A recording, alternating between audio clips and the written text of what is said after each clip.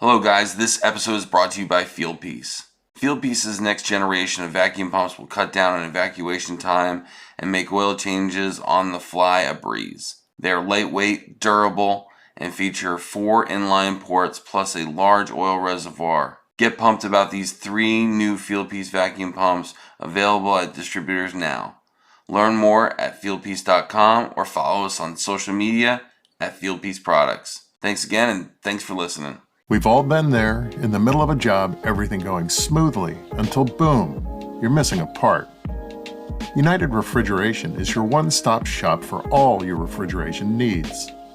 Use your computer or smartphone to go to www.uri.com at any time of the day or night to check stock on your favorite brands, such as Copeland, Sporlan, Carlisle compressors, Danfoss, Emerson CPC boards and sensors, Carrel, Hussmann parts, and K2Therm. United Refrigeration Inc. is home to these brands and many more. Looking for information on refrigerant conversions or refrigerant banking? Quick access links on the homepage can get you to the information you need. All approved accounts are able to see live-to-the-minute inventory and pricing.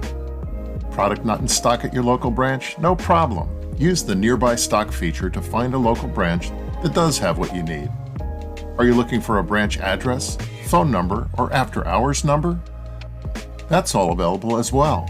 Just click on the branch locator and search for your local branch. Have a model number and looking for a replacement part? www.uri.com/ARP has a vast list of quick pick replacement parts. Just search for the model number of the equipment you're working on and click the Replacement Parts tab. If you don't have an account, click the Register button and we'll have you online in no time. With more than 400 locations in North America, each United Refrigeration branch is fully stocked for immediate pickup. Our branch employees have in-depth technical knowledge, so we can help you get what you need when you need it. Visit your local store or www.uri.com/ARP today. United Refrigeration Inc. has all your solutions down cold.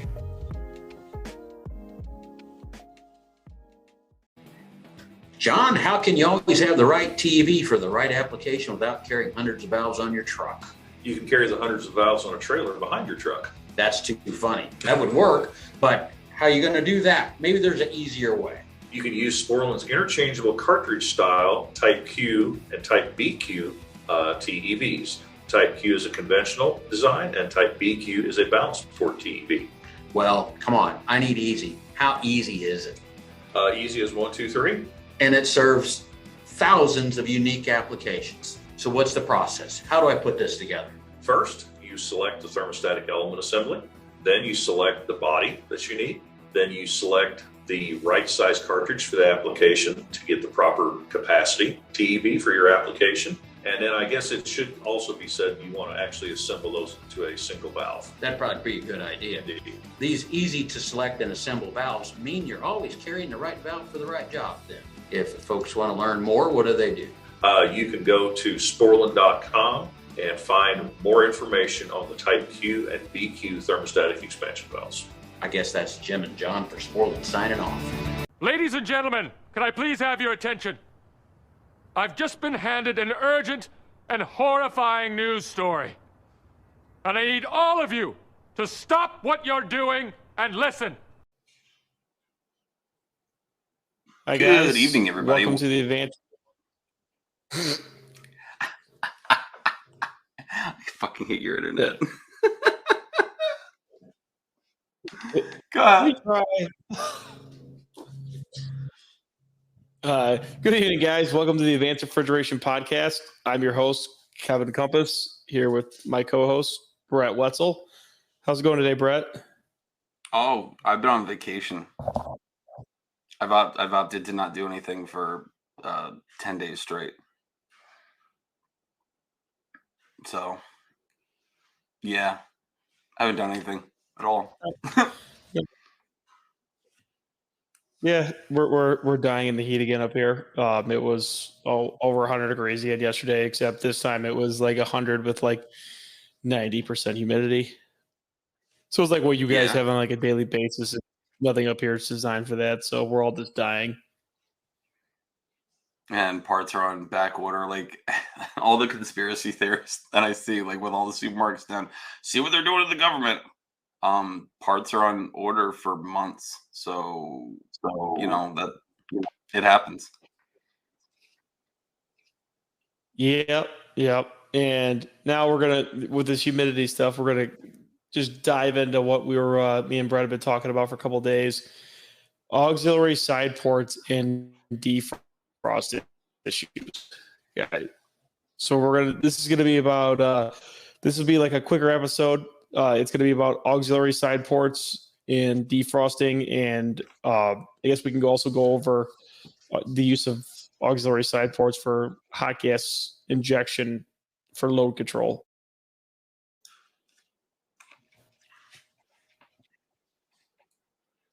You want to take it away, Brett? Sure. All right. So auxiliary side ports, they're there for so we can connect the auxiliary. No, they're there for so we can bypass the nozzle that typically is in directly right near the distributor tubes. The reason why we do this is so when we backflow refrigerant, in through the suction line, back out through where the distributors are, if we had a nozzle there, it would cause too much restriction and cause the flow of refrigerant just to slow down to a snail's pace, and then it wouldn't actually defrost at the proper amount of time that's allotted. You'd have to increase the defrost. This is where a lot of misconceptions happen where, if a case isn't defrosting, just bump up the defrost time, and that's not necessarily the case. Those auxiliary side ports, the nozzle is actually driven back away, actually behind the side port on the actual distributor. And the reason for that, once again, is just to bypass that when it goes into defrost, to make sure that we're not restricting any flow. Because remember, in the coil, we're now dumping cool gas or hot gas into the suction line, going through the coil. You have your two latent exchanges. You have the ice on the coil turning to water, which is a high BTU exchange, and then you also have the vapor or gas or cool gas or hot gas going into the suction line, then being converted into a liquid. Because this is happening, the liquid causes a little bit of restriction, so we want to make sure still be able to push that refrigerant backwards through that coil, out the auxiliary side port connector, around the expansion valve, and back up to typically the liquid header. Anything I missed? No, I mean, that's perfect. So in a nutshell, that is how an auxiliary side port works. Now, the issues come into is when guys are doing like hot gas case conversions, which I see this a lot. They say a store goes from electric defrost and they're going to hot gas. They're doing it to save energy and they're going all hot gas. So what you don't want to do is grab a T and put it between the expansion valve and the distributor. I see this all the time. Is guys will do that and think it's fine because that's what they're told to do. It will 100% not work properly. Not without running the defrost times ridiculously long times. It ends up starving other cases for liquid because you're not moving enough liquid through those coils back to the liquid header to properly defrost. So guys start adding defrost time. A telltale sign of this is when you start seeing hot gas cases with 45-minute defrosts, something's up here. I'm looking at the overall system, but if I start seeing hot gas cases with 45-minute defrosts, that's usually a telltale sign for me that there's auxiliary side port issues. Like they're not piped. They're just T's there. They're the wrong ones. They never pulled the orifice out of the distributor. I see this a lot. Brett, and I'm sure you've seen it, is they'll put the auxiliary side port in, but they won't pull the distributor orifice out and move it back behind the side port.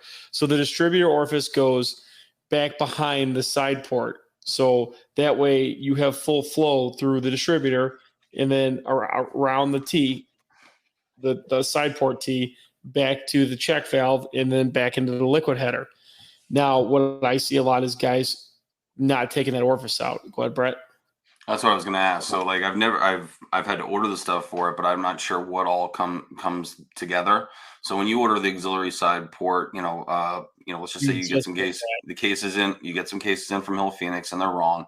You order the conversion kit. You actually have to physically take the nozzle out of the old distributor and put it in the new one. Is that what you're telling me? Correct. Yep. So the thing I found best to do this is an easy out or a drywall screw. I'll use an easy out or a drywall screw, and I'll just ever so lightly drive it into the nozzle to where it's not going to mess it up. And then I'll heat up the because it generally, depending on who did it, there could be some silver solder in there. I will heat it up with a MAP gas torch or like a 30 tip, depending on what it is. It's a huge difference there, but depending on what I can get in there, and I'll heat it up and pull it backwards with a pair of channel locks so I can get it out, because sometimes they're a real bitch to get out. Now, can you, like I said, I've never actually physically had to do it. Can you cut the distributor closer to where the copper piece that would go into the expansion valve? Can you cut that off of the expansion valve and just ream that out a little bit so you don't have to deal with all that silver solder? I wouldn't recommend doing that, because the closer you get it, the more chance that when somebody goes to change that expansion valve, an apprentice or somebody else is going to burn a hole in the distributor. Okay. Fair enough. Which is what I'd be worried about. So, I mean, yeah, generally, if you ream it out real good, you could usually get it out, ream it out, make sure it's not just like all stuck in there. But I've had ones where I literally can't get it out. Like, I've tried everything, and we end up having to change the distributor. Now, also remember, now that you're moving that nozzle back to where, away from the distributor tubes, back, actually back where the auxiliary side port connector, that changes your frosting of where typically you have frosting on the nozzle. On a medium temp case, you're looking at it, it's going to frost directly where the distributor tubes basically start, maybe about 3/8 of an inch back. Now that you actually have that nozzle pushed back, before the auxiliary side port connection, that's actually what's going to cause now frosting to be right there instead of at the nozzle. So I've seen pictures of this in books that have been wrong. I've seen pictures on Facebook where guys will post defrost issues.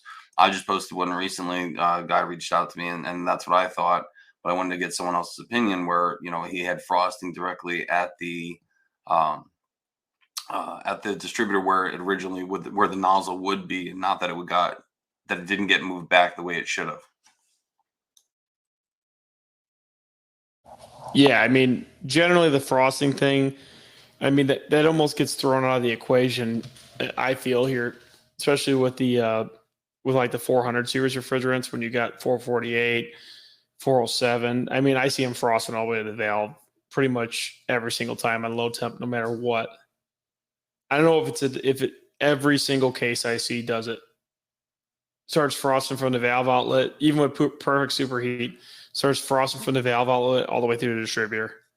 The only time I ever see that is when it's a single pass evaporator. Anything that has a multiple distributor tubes, I've never seen it frost back. That's always telling me it's indicative of not having enough refrigerant, because that nozzle, it should basically have a harmonious mixture of gas and liquid. There shouldn't be really much frosting going on. Change of state, yes, but not frosting.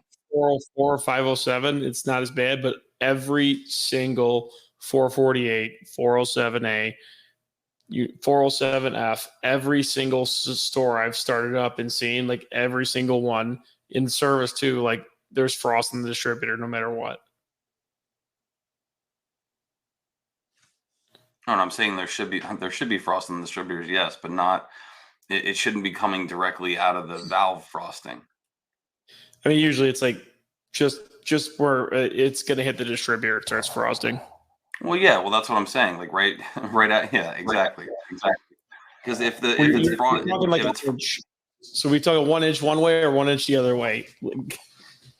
Now, once you get those out, I end up usually cleaning them up a little bit. Just take a little bit of sandcloth to them, make sure you get everything off. So you slide it in there and don't lose the retainer clip. You got to put the retainer C clip in there, and then you can burn this thing in.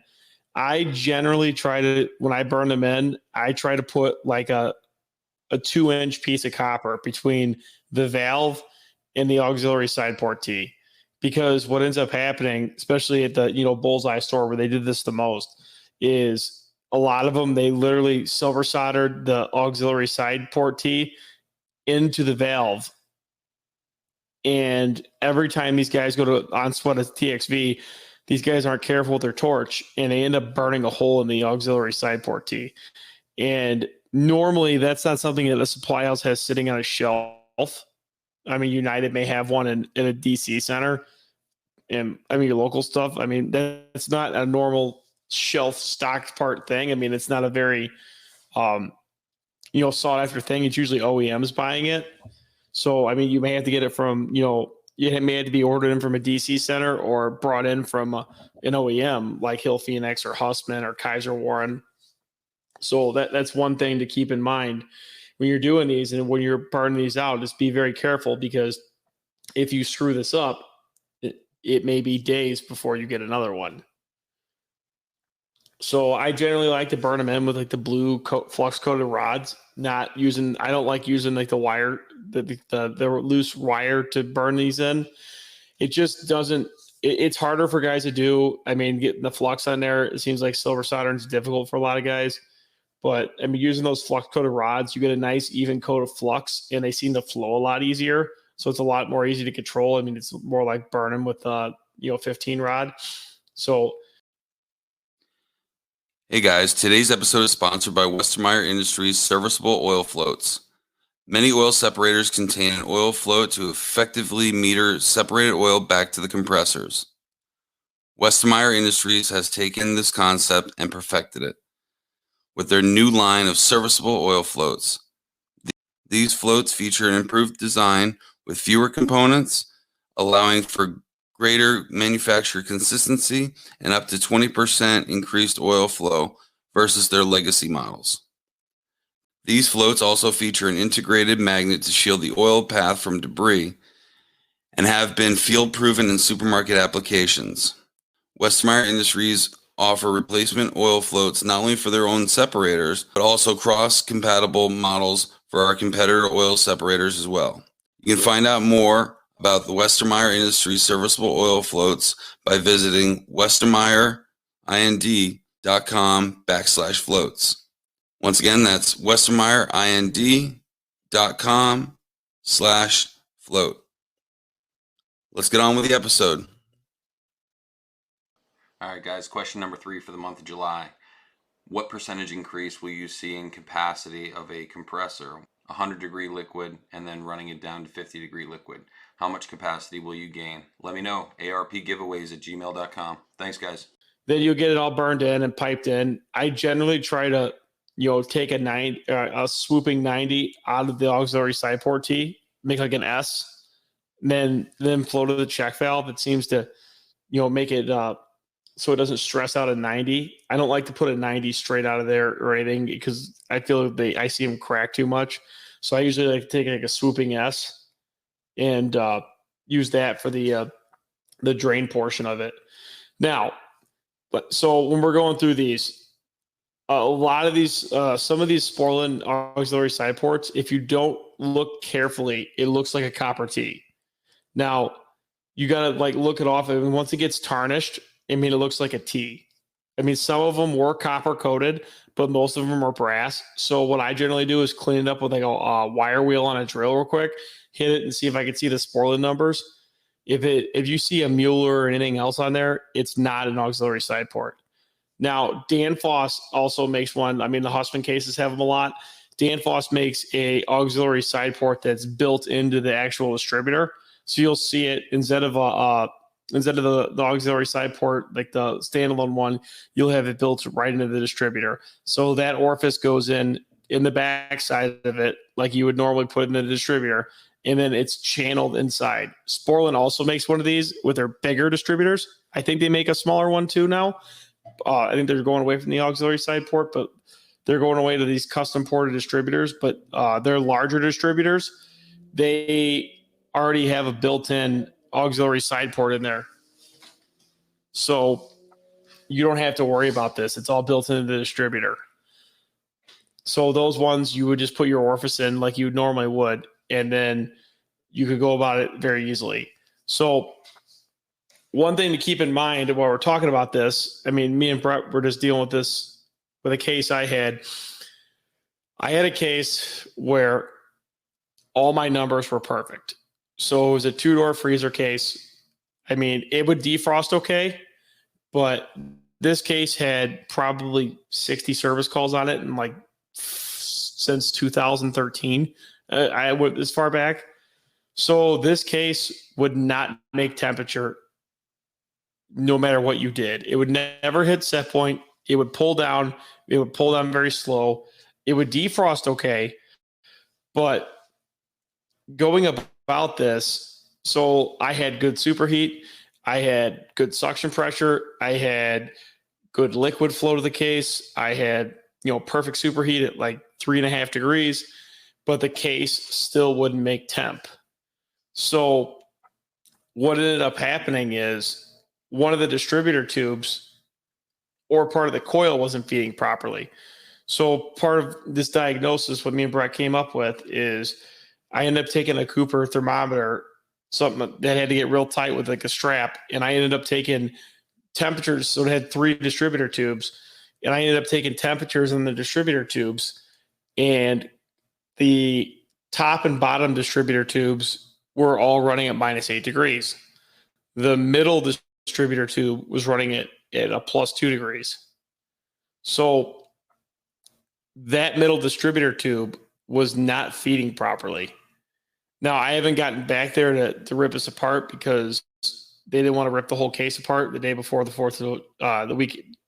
Friday before 4th of July, since it was working. So my working theory is that middle tube is blocked with solder. So actually taking and measuring the distributor tube temps, that's a really helpful diagnosis thing for you, because you could have one distributor tube not evenly feeding that coil with refrigerant. So it's not evenly feeding, and you're not getting that whole, coil working as it should, but you can still have good superheat because those other 2 distributor tubes are dumping in enough liquid through that coil, because that third one isn't feeding. You could actually have good superheat, but have a portion of that coil not working. Yeah, and that's another thing. You can go the other way with it too, right? In this instance, he didn't have enough refrigerant flowing, just because, what we assume, we won't know until he pulls it apart. But I even forgot about that. But until he pulls it apart, he won't find out, what was in there. I don't know if are you ordering a new auxiliary side port for that or no? No, we just got to. I ordered a nozzle for it just to make sure it's got the correct one in there. It looked like, going through the notes, that somebody had already changed the nozzle to the correct one. But again, I want to make sure I have everything when I go to do it. My sneaking suspicion here is that there is a small ball of solder of a small ball of like silver solder sitting in the distributor on the tube. I think that somebody got a little overzealous with it, and there's solder sitting in there, blocking it. Well, the other way you can go with this is you have not enough, or I'm sorry, you'll have too big of a refrigerant nozzle. So that's something also you have to worry about. And typically, when you have an oversized nozzle, from what I've seen, the coil does this lazy liquid feed, where basically, the liquid's heavy, right? So it's going to drop to the lowest point if you're always just dumping it in with a garden hose, and your lowest pass on your coil will be, have extremely low superheat, maybe 2 or 3 degrees. And then the next setup, you might have, I don't know, maybe 2 degrees of superheat, and then it goes up even higher. Then you have 4 degrees of superheat, and then you have 6 degrees of superheat. And it's funny, you can, in a couple of instances that I've seen, you can actually see a diagonal line from the top, from where it is frosting, all the way down to the side. So basically you lose half the coil capacity, because it's not evenly dumping that refrigerant in, where it needs to be. And, you're not utilizing the whole pass of the coil, and that's what Kevin's whole problem was. Basically, he was getting good superheat at the outlet, because you were telling me you're like superheat is solid, right? Superheat is solid. Everything we were getting 3 to 5, but it was just that one pass that was just being shitty. Yeah, I mean, it was that one pass, and that was enough. I mean, it's a super small case. It's only a 2-door. That was enough to reduce the capacity where it lagged behind the 5-door right next to it. The 5-door right next to it would pull down the temperature defrost in 20 minutes, or it would pull down below the alarm threshold. This case, an hour. I mean, it would slowly come down, but it would never hit set point, ever. Like, I'd never seen it below -6. Did you ever check it It would on get the there. Did you ever check it on the outlet? Like, I know, like you had, whatever degrees of superheat in the middle of that case, Well, but the like the outlets superheat were. on the middle tube, the superheat on the middle tube was higher. It was okay. So on the outlet where it was real shitty getting it in there, because I mean, it was an old Tyler case, so it was real tight in there. I had to kind of cut the plenum a little bit with a pair of snips to get it back enough to actually get the temp sensor on there. Mm-hmm. But and when I got it on there, it was like 5 degrees higher than the other ones. So right there, this tells us, it's enough. It's enough to do it. But I mean, this case has been looked at, I don't even know how many times. I think I counted like 60 plus service calls. But I mean, that was all because there's something with that distributor. Go ahead, Brett. But in your defense, in their defense, how many times have you actually measured the superheat coming off individual distributors trying to figure out a problem? Maybe like once or twice when we had some dairy coolers icing up, where they were icing up the random pass. Did you have the lazy? Sorry, it's been solder balls. Oh, okay.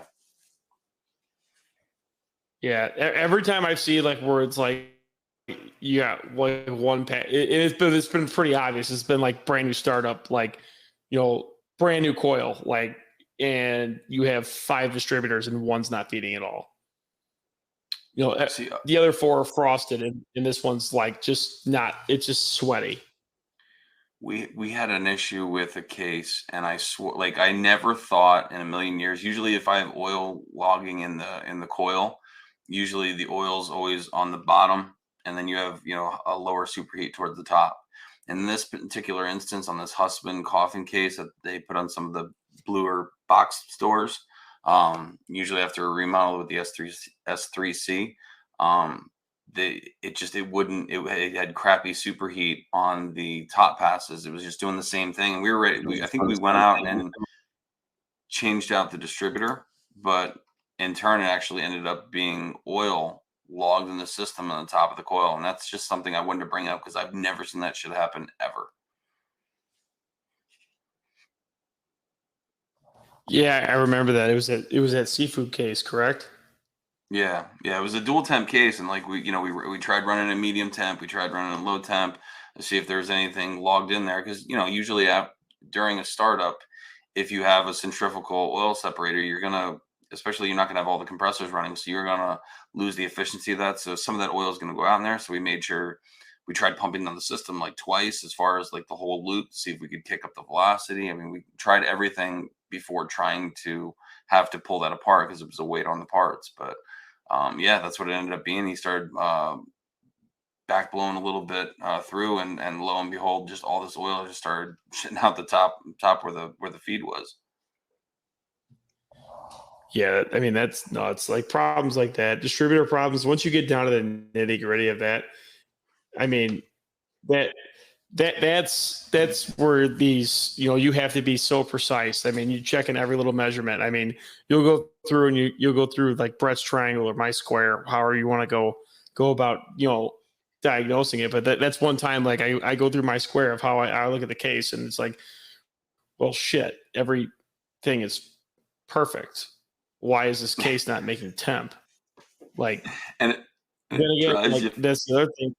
Yeah, it drives you absolutely insane. And it's like, okay, I'm on hour 4 over here right now, and I have no answers. And it's like, I'm over here, and I'm not perfect. I phone a friend, I call Brett, and then we start talking about it. It's like, Well, I mean, don't usually have to do this, but let's start measuring distributor tubes, and then I'm like, shit, I don't have anything in my truck to measure this. So I'm digging out the old 19-year-old Cooper red box, to get in there, because I mean, I don't have anything in there. I mean, I have the spoiler probes, but trying to get those on a 3/16 distributor tube would be almost impossible. I mean, we're where it was. So thank God I still had the Cooper red box in there to get on there. I mean, it was about the only thing that I could get on a tube and like get it to where it would stay there, just because it's so small. So like even the normal clamp thermometer, you're not going to really get that on there. But I mean, it worked. So I was able to measure the temperatures on the distributor and deal with that. Again, like dairy coolers. I've been seeing this a lot on like newer startups. Like, so I'll see a lot of distributor issues, like with frosting on there. Not really an ASC problem, but I'll see a lot of frosting on these distributors. And I know we've talked about this in the past, Brett. But you'll see like a lot of frost buildup on the distributor, and it'll end up. I don't know why Heatcraft does this. I mean, maybe we can get them on one day. I don't understand this part. Is what is the difference between? You'll see this a lot. Like you'll see them feed the back of the coil first, and then on everything new, they've been feeding the front of the coil first, which makes sense because it's going to be the colder. It's the exiting air should be the coldest. But it seems like when they switch to feeding the front first, it seems like that icing issue has like increased like tenfold, and you get this frosting of the tubes, and then it starts spitting water. I haven't seen that. I've seen where they, usually after going from 404 to 448 or 449, you get that lazy liquid feed, because basically, 448 and 449 have more BTUs per pound. So, the distributor nozzle, the hole in there is typically smaller, where you have 404 would be, a little bit larger. That being said, now it's too large and it doesn't feed the refrigerant evenly enough, and you'd have to basically get the nozzle resized using like the Sporlan contractor app or whatever. Yeah, I mean, it seems like it's been a real issue, especially before. I see more of it frosting with 407A. It seems like. Well, it's the glide, right? You have multiple refrigerants boiling off at different points, and whether the suction is set up for midpoint or whether it's set up for dew point, you might be running so much colder, that you're going to adhere more moisture to the passes on the distributor, right? Yeah, I mean, I'll agree with that. If you took the makeup of, I don't know, 407A, I mean, I don't know what it is, but you could have one refrigerant boils off at -41. You could have another one that boils off at -30. You know what I mean? So like, it's going to be, like I said, inherently you're going to get all that frosting all over those tubes. Yeah, I mean, it seems like it's become a lot more. I mean, do you think that it could also be oversized orifices? Man, I don't understand that enough to say yes or no. I know, like when you're putting the numbers in the app, like that was one thing, like when I first started using it, trying to figure out, how to use the damn app, because I don't know what pressure drop you're supposed to have.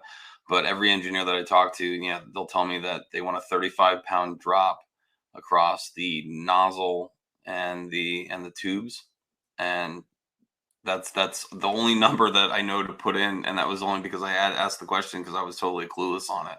And it usually gets me in the ballpark of where it needs to be. But that's something we're gonna have to bring another engineer on. Maybe Joe can come on and school us on distributor sizing, because that's something I have no idea.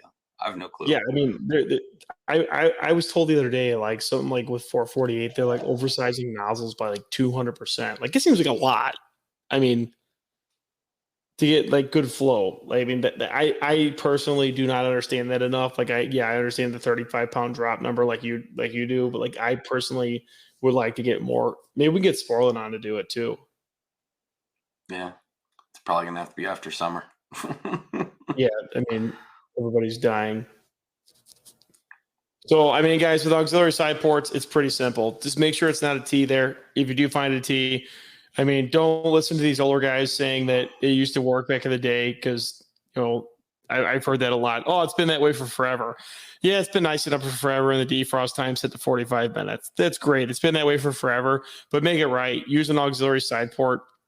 Put the defrost down to where it should be. Save the store a bunch of energy. Save a bunch of wear and tear on the rack and compressors. Make sure it's got the proper auxiliary side port, whether it be Danfoss that's coming out the side, or you're using an Sporlan auxiliary side port T or a bigger distributor. Just make sure the orifice is in the right spot. I mean, don't be afraid to unsweat that thing and check it. I mean, I have also seen the orifices plug up. I mean, this seems like a bullseye store problem. I mean, I've seen guys where they condemn an expansion valve because it ain't feeding good and the orifice is plugged. You've seen that there, Brett? No, never. Dude, in Chicago, I don't know why. All the P-Freshes got put up so fast. I mean, they did 60 stores in a year and a half. So, I mean, obviously probably half of those got burned with nitrogen. But even still, 10 years later, I still see, I found a distributor orifice 3 weeks ago. Somebody wrote up a TXV. It's okay, yeah, TXV's, brass doesn't fail. So of course I'm starting looking at it. I pull the screen, it's clean. It's got no dryer in front of it. It's got liquid. So it's okay, here we go. Usually the pins get gummed up. I go to pull the pins, they're clean. So I go to. Was it ice or was it debris? It's debris. It made it through the valve. It was the stickiness that gets on the pins at the Bullseye store, that the gooiness from the cooked oil. So it was that. It was that color, but it was somehow made it into the distributor orifice. I literally took a pick and I dug it out and twirled it around and I pulled it out. It was it looked like a booger almost. It was inside the distributor orifice. The only thing I can think of is that it's getting through the discharge line and then basically making its way through the suction and then reverse flow right back to the auxiliary side port. And push down through the backside of it. I mean, Venturis can do some weird things. You know what I mean? Yeah. That's just one thing to look out for. And the other thing is solder BBs. We had another one of these. We had an auxiliary side port issue. So we had a case that would randomly stop feeding. And it was random. This thing would run for 2 weeks. All of a sudden, it would go through a defrost or something, and it would just stop feeding. And the case would get to 50 degrees. They'd call it in. A guy would look at it. He would go to pump it down to clean the screen. He started back up. It works. And this was going on for months. And I ended up pulling out the valve after the third time that it was written up, to be replaced. And there was, lo and behold, down inside of it, because it had a 3-inch extension between the valve and the ASC, there was a solder BB just floating around in there. Every once in a while, that Venturi would pick it up and it would get stuck in the hole. So when you say solder BBs, did someone braze in with soft solder? Is that what you're saying, or was it actual 15 that? So I've seen 15 do it, but most of the time it's silver solder. Silver solder will turn into BBs if when you heat it up. If you're feeding it kind of shitty and you get it too close to the flame or get the flame right on it, it'll just turn into BBs. You're not talking about the Stay Bright, No, I'm not talking about Stay Bright. I would never use Stay Bright. Well, I know. But usually find it with the BBs in there. So that's what I'm asking. That's where I'm. Yeah, no, these were all 50%. But yeah, the BBs were in there, and one would roll around every once in a while, and it would just plug a tube. It would just plug the distributor orifice. See, I've never seen 15 BB up like that. You know what I mean? Because I had to think So there was a bunch of Chinese braze rod a couple of years ago. Okay. So that stuff was like terrible. Like, I don't know if it had like a lower silver content. Because have you ever used 5%? No. It's like water and like instantly BBs up. Oh, okay. So I don't know if it was like lower silver content. God only knows where some of this stuff came from. Yeah, From I like gotcha. Wish.com. They were ordering the braise from Wish.com. Don't doubt some of these big companies ordering braise rod from Wish.com. So somebody saved $5 per package. They're getting a bonus.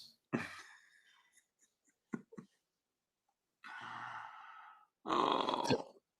But yeah, so like, I mean, guys, that's the down low and auxiliary side ports. I mean, just make sure it's not a T, and actually clean it up and see if it is. I mean, usually the Sporlan ones will have Sporlan markings on them. They're usually stamped. Sporlan stamps every piece of equipment they make or valves. Everything has a stamping on it somewhere.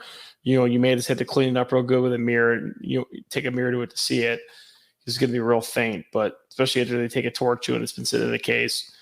But it is incredibly important to make sure that you do not have a T there, because it will cause more damage than you would believe over the years. So thanks for listening, guys, and have a nice night. All right, guys. Bye. Well, they say all good things come to an end. What's that got to do with this show?